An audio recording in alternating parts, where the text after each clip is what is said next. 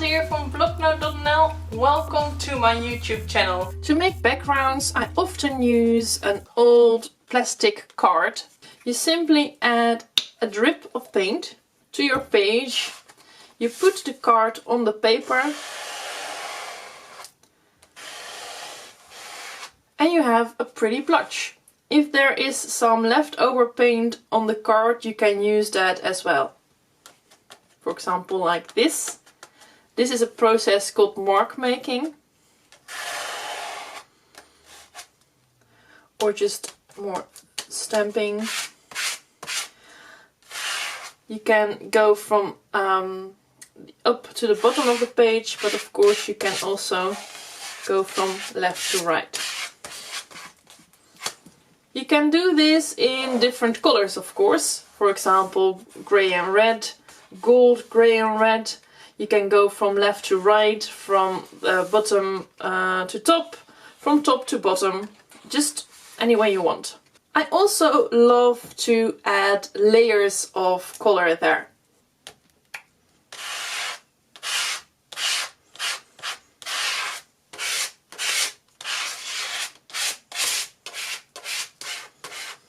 If you want, you can also use a brayer to add these blotches. You see that you get a bit more of a texture there. I love to make splatters on my art journal pages. I often use an old toothbrush or cheap toothbrush and acrylic ink for that. Just put a little bit of ink on the toothbrush, and what I often do is I take my left index finger and I put the toothbrush on top of that and I splatter like that. You may want to try that for a few times before you get pretty blotches. Just try it. Another thing I also love to do is I use these typical long brushes. They're actually a sort of liner brushes. And I put a bit of ink on them and I just tap like that. And for some reason they always give these more thread-like blotches, and I really like those as well. So these give more blotches with splatters, with tiny little splatters, and these more thread-like blotches, and I love to use that in my work too. The ink I'm using is a black liquid acrylic ink. It's like acrylic paint but then a liquid. It's not really an ink, it's acrylic paint that is made fluid. But of course you can also splatter with acrylic paint. Acrylic paint comes in different thicknesses. Some acrylic paint is more fluid than other brands. So I have this silver paint here.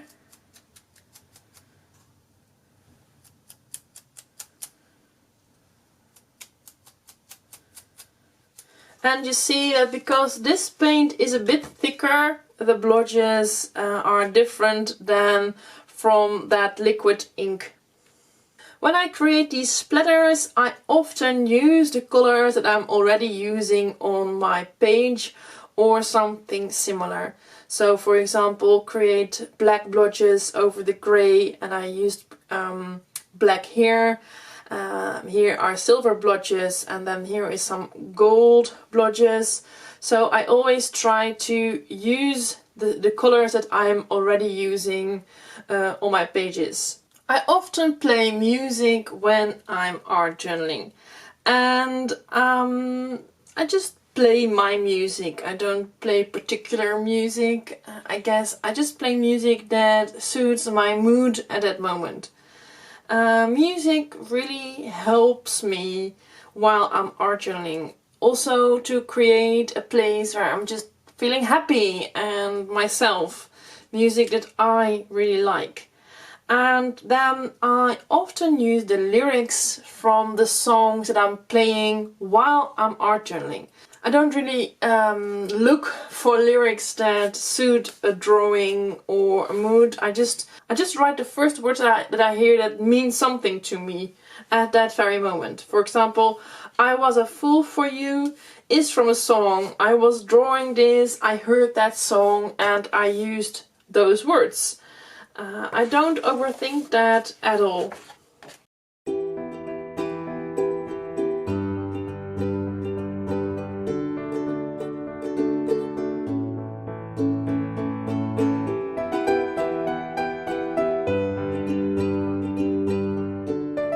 I love to doodle dolls on my pages, and I guess I'm a bit of a lazy artist when it comes to drawing bodies, body shapes, hands, but I just really love to play with these doll-like figures. They're like naive art, and I really love to play with these shapes and that it's not so realistic. For me, there is just a lot more expression in those dolls, and I never really get bored making them while I followed art classes, and as I was drawing is a real technical skill that you learn by doing and looking, and you have to draw a lot in order to get better and better, and that is really challenging. And it is fun, of course. It is fun to get good at something. But I guess with these dolls I just love to be comfortable there. And I challenge myself to think of new shapes, and I love the surprise that I feel when a new doll is born there on my paper, and they always have something quirky and fun and not realistic.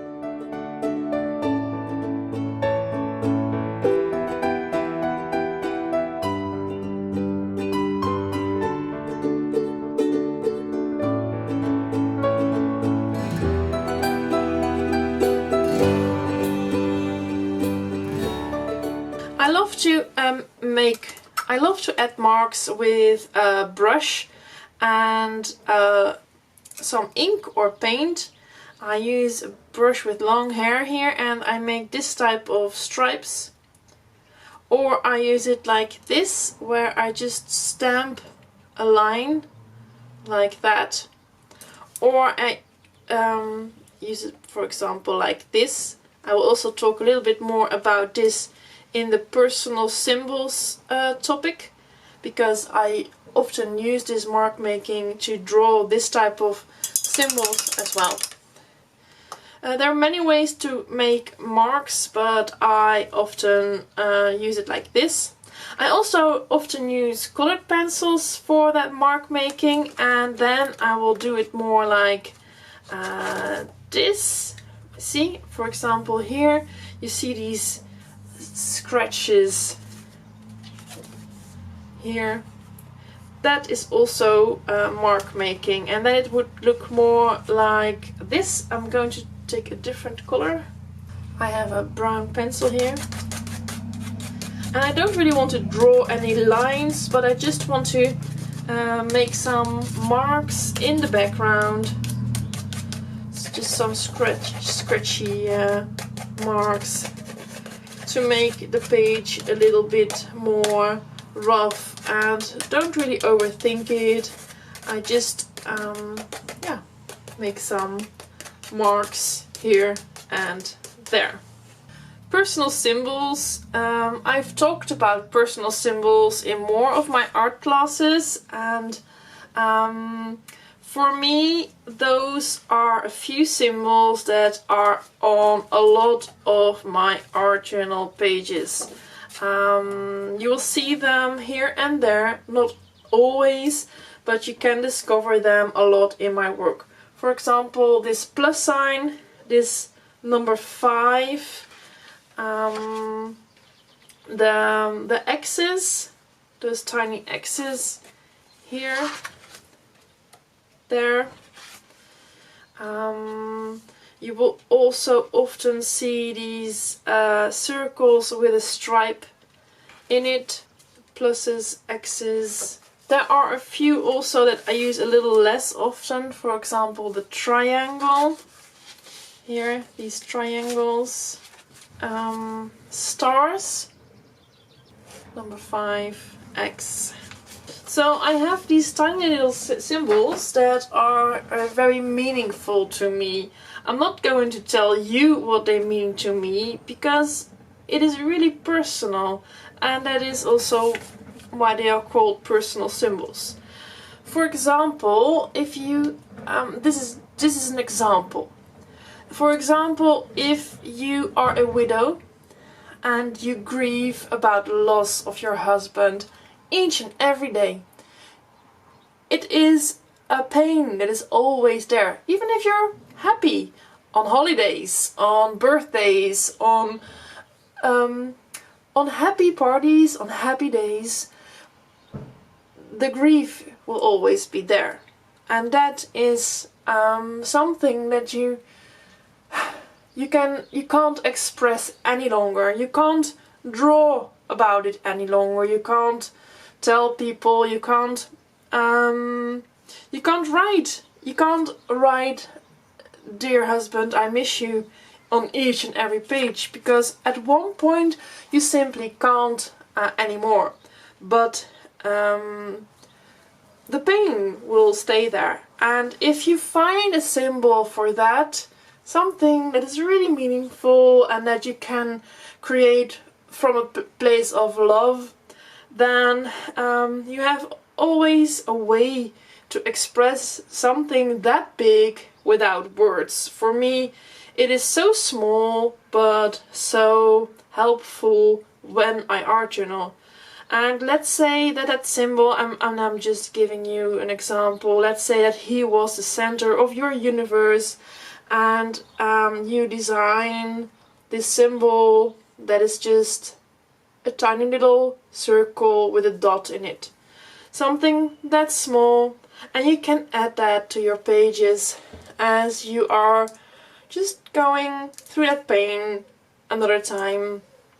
It's just there, it's part of you, and it's not that it's that big and hurtful each and every day, but it will always be there, a part of you. It is who you are. And for me, those tiny symbols can give a lot of meaning to my work without having to go through that, but I still add a lot of that emotions to my pages like that. And for me, those symbols could be like a triangle. I have a few of them that I often use. This number 5, the X, the plus sign, and I often use a little star, a pointy star, or this swirly rose is something that I often use as well. This was an example, of course, and they don't always have to mean something that big, of course. It can be a lot smaller, but it's just something that is important to you. It could also be something happy. If you are the proud mother of 3 children and you are really, that is just your life, for example, and everything for you is for the children because you are always busy around the education of your kids, and you're just like a really mother type of mother, which I'm not, sorry, I love my children, but I'm not that type of mother. But then you could, for example, do something like this, that is symbolizing your motherhood and your 3 kids or so. I'm just thinking of something to explain it. It could also, of course, be something from a happier place than grief or loss. But I just want to say that personal symbols on your page could be really deep and meaningful and very personal, and you don't I suggest even that you don't tell it to other people, or of course you could tell it to someone that is really dear to you. For me, I guess I've never really told anyone. These symbols are for me, and I love using them, and I don't care if other people use the same symbols, because yeah, these are my symbols and I use them on my pages, and they are having the meaning that I gave them.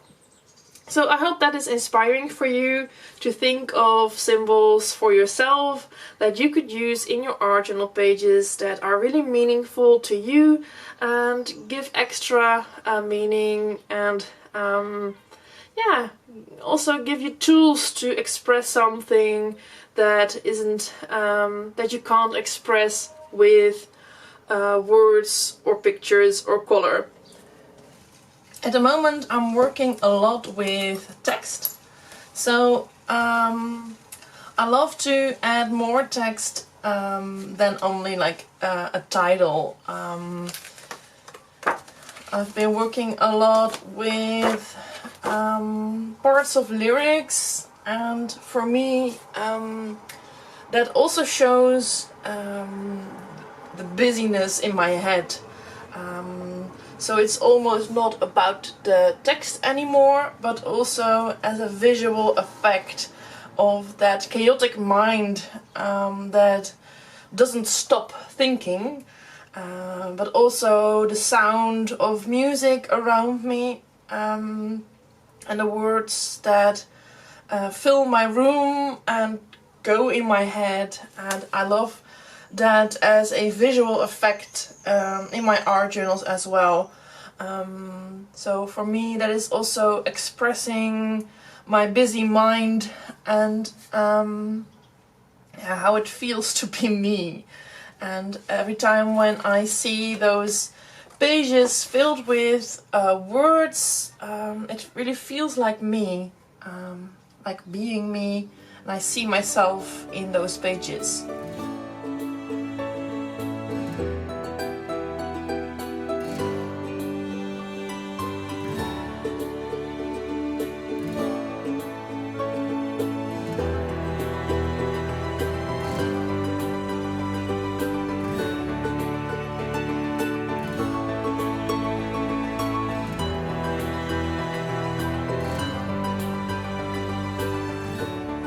Color. I don't use a lot of color these days, or in a sense that it's not colorful. Of course, grays, black and white, gold, silver are also colors. I love to use muted tones and vibrant red as accent colors, and sometimes I use other colors as well. I love ultramarine blue, for example, although I haven't used it for quite a while now. I love exploring these muted colors. Of course, those are colors too, so you don't have to use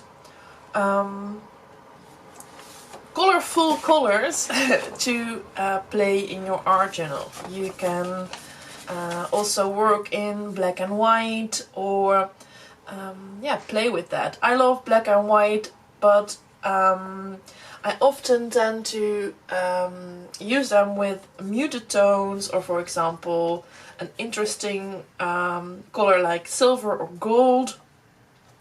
And then I also love to use these accent colors.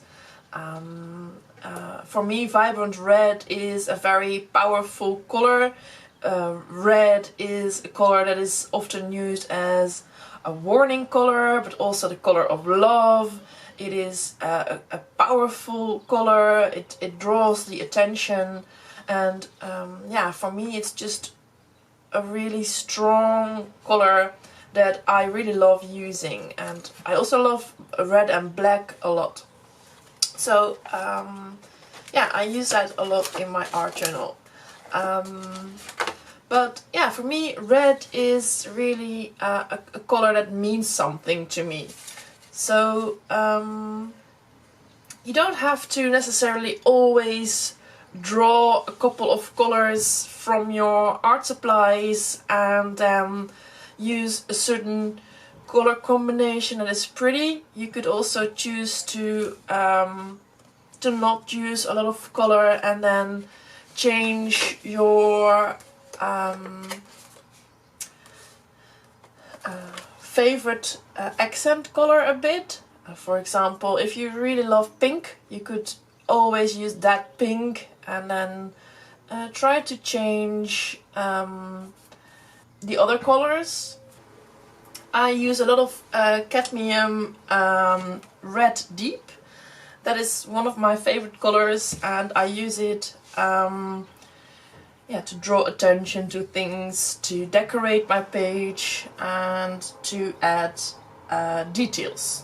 Which brings me to Doodles and Details. This is a phase that I really love, and this comes in a variety of ways how I add doodles and details.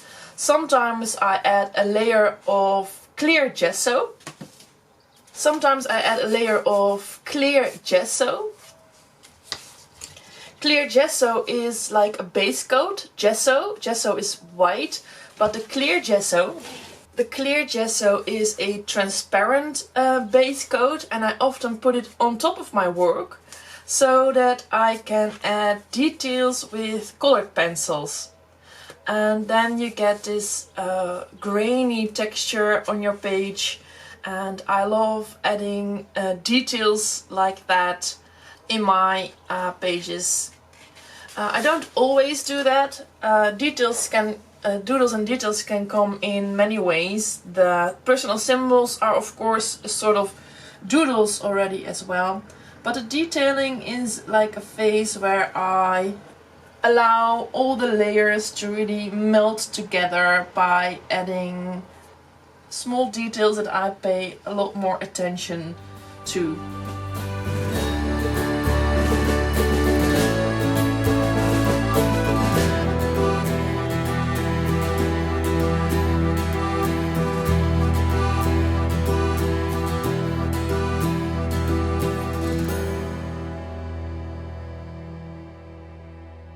In the doodles and details phase, I love to add details like this, tiny dots. Sometimes I add stripes, dots, little crosses. These are also part of the personal symbols, of course, but this type of doodles I love to add more of. Or for example, I add tiny circles or stripes, triangles. Something that is part of this details phase is that I'm also going to clean up a bit. This is what I call cleaning up. I emphasize the shape that I drew. So in this case it was a doll. Most of the cases it is a doll, but it could also be something abstract, of course. But to allow the doll to get a bit more in the front and not on that background anymore, I often use some white gesso or a color just to allow the shape to come from the background a bit. And sometimes I also start adding some more details to the face. For example, clean up the blotches on the background a bit. Sometimes I use a light color for that, sometimes white gesso. It depends on the colors that I used. But this cleaning up is also part of that detailing phase. So make the teeth white.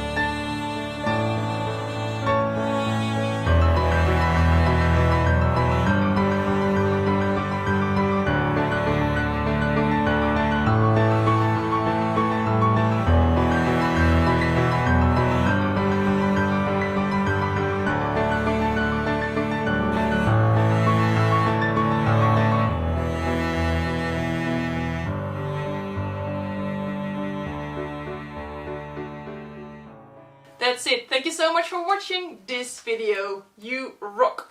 Please support me by liking this video and subscribe for more quirky art inspiration and raw self-expression. Ciao!